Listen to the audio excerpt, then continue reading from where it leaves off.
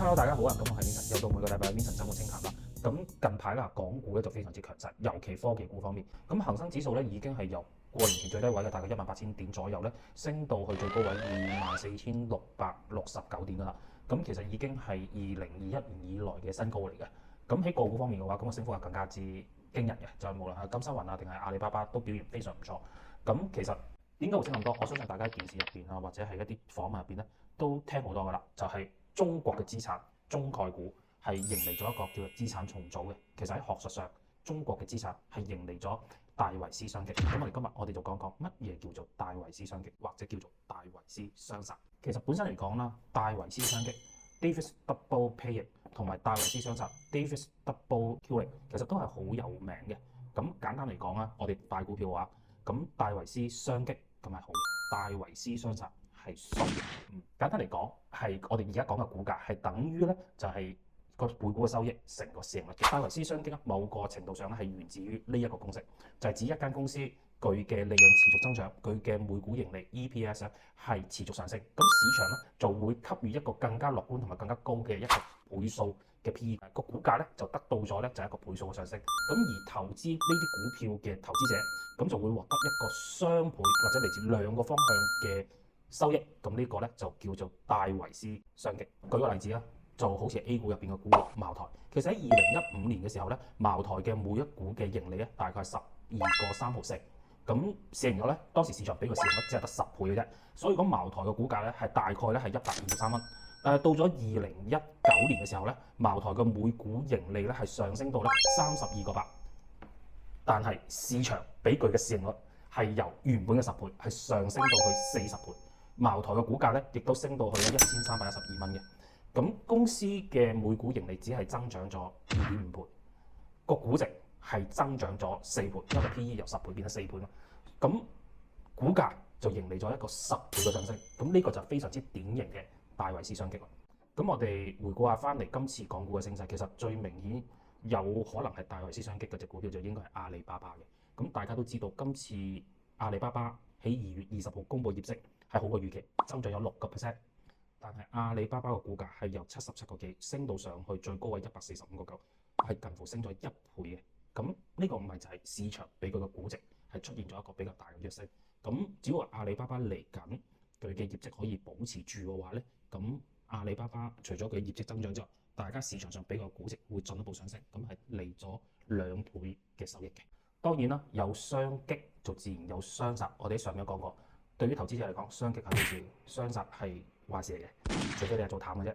咁雙殺咧就係指間公司嘅業績質同或者利潤嘅增長已經係比市場差啦。咁市場咧就對個估值咧慢慢失去信心，咁可能由原本嘅高估值慢慢修正到一個低估值，即係簡單嚟講就個 PE 可能原本係俾20倍 PE，而家要俾翻10倍佢。咁個股價咧係承受咗雙重嘅壓力。咁今年嘅話咧，咁其實比較明顯一隻就應該喺美股上市嘅 Tesla。咁大家知道今年 Tesla 嘅銷售係差嘅，尤其係歐洲方面跌得幾勁。咁啱啱公布最新嘅季度業績嘅利潤咧係跌咗71%，跌到去23.2億美金。咁而且仲有一樣嘢啦 ，Tesla 咧係面對住咧就同行好劇烈嘅競爭。咁個市場自由咧其實應該係慢慢會俾其他同行去侵蝕嘅。呢個咧就 Tesla 過去啦係只係佔全球電動車嘅銷量啦，大概係2.5%。但係 Tesla 一間公司嘅市值係佔咗所有電動車公司嘅上市市值夾埋嘅1半。咁所以依家面對住佢嘅銷售下跌嘅時候，市場冇可能再俾咁高嘅估值佢。咁呢一個咪就係戴維斯雙殺。最後啦，我哋講翻去買股票或者係講翻去股票上邊啦。咁我哋買股票當然係最希望係可以係買到一啲係戴維斯雙擊嘅股票，避開一啲戴維斯雙殺嘅股票。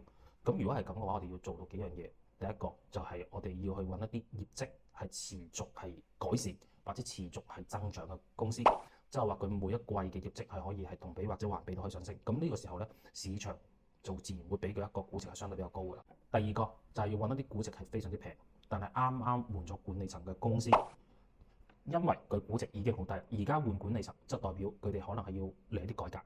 咁喺呢方面嚟講咧，就會帶俾市場嘅希望。而改革成功嘅話，咁因為佢好低基數低，咁自然就會係增長好高。咁呢啲咧，亦都好容易係有戴維斯雙擊嘅。第三個咧就係要尋找一啲新嘅行業，就好似而家 AI 啊、人形機器人啊、無人機啊、低空經濟啊呢啲啊。咁呢啲行業咧本身嚟講好新，除咗無人機之外咧，其實頭先講到幾個行業咧，本身嚟講喺行業入邊未出現一啲係壟斷嘅公司，咁所以講喺入邊咧，大家可以發掘一啲優秀嘅，將來可以係成為行業龍頭。咁龍頭就自然係大為商機嘅股票，就好似2010年到2020年呢10年裏邊嘅美國嘅蘋果、英偉達、中國嘅騰訊同埋阿里咁。咁所以講呢啲新嘅行業係容易出現有戴維斯雙擊嘅股票嘅。